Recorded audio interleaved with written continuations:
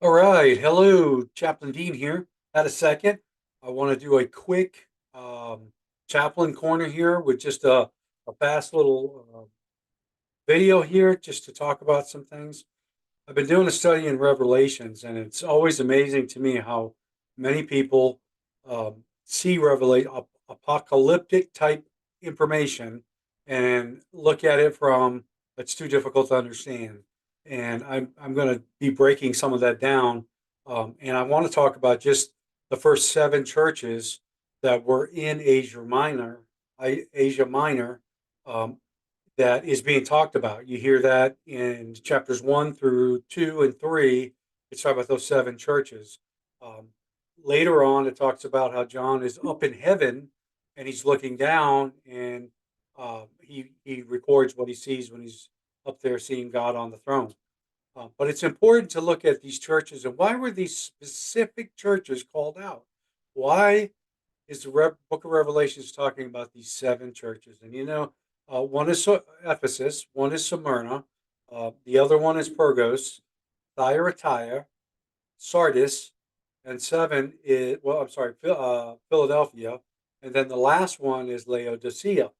So let me just kind of preface a couple of these things and give you just a little quick insight here, um, of what I see here. So these summaries of the letters basically are the qualities that show us the qualities of these churches and how they should seek God, and those we should avoid. So Ephesus, Ephesus back in you see Ephesus in chapter 2, talks about they were hardworking, they were patient. Um, we know Ephesus was rebuked, leaving its first love. And as you read chapter 2, verses 1 through 7, you see that. And the action here is remember and repent. So when we think of Ephesus as a church, we should be remembering Jesus, and we should repent. Okay.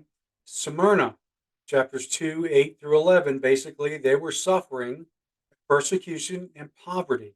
So this group of people were suffering, and they were persecuted, and they were in poverty. What's the teaching here in Smyrna? Don't fear being faithful. Okay, so we should remember and repent.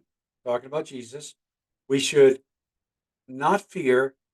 We should be faithful. So there's the two messages. Pergos. Pergos is in chapter 2, 12 through 17, holding fast to Jesus' name, um, and they were tolerating a compromise. They were tolerating life. They were tolerating political views. They were tolerating alternate lifestyles. They were tolerating sin, which has no place in God's view. So, what was the outcome there? Well, Burgos was to repent. So this church needed to repent. Thyatira, chapter 2, 18 through 19. This is talks about the works, the charity, service, faith, and patience. So those are things that you can see when we think about Thyatira. They were tolerating immorality. So from sexual sin, they were told, and the action is basically to repent from that immoral sin or that immoral lifestyle. Sardis, we see this in chapter 3, and it's in verses 1 through 6. It talks about effectiveness, the superficiality. They were rebuked for that. Um, Wake up and repent. Don't be in a cloud. You don't be overtaken by this world. They were in a point where these people were told that they need to wake up and repent. Philadelphia, we see this in chapters 3, 7 through 13. They were faithful, they weren't rebuked, and they were told to hold fast in their faith that Jesus was coming. And the last is Laodicea, we see is chapters 3, 14 through 22 verses. There was nothing there. They were not commended for anything there.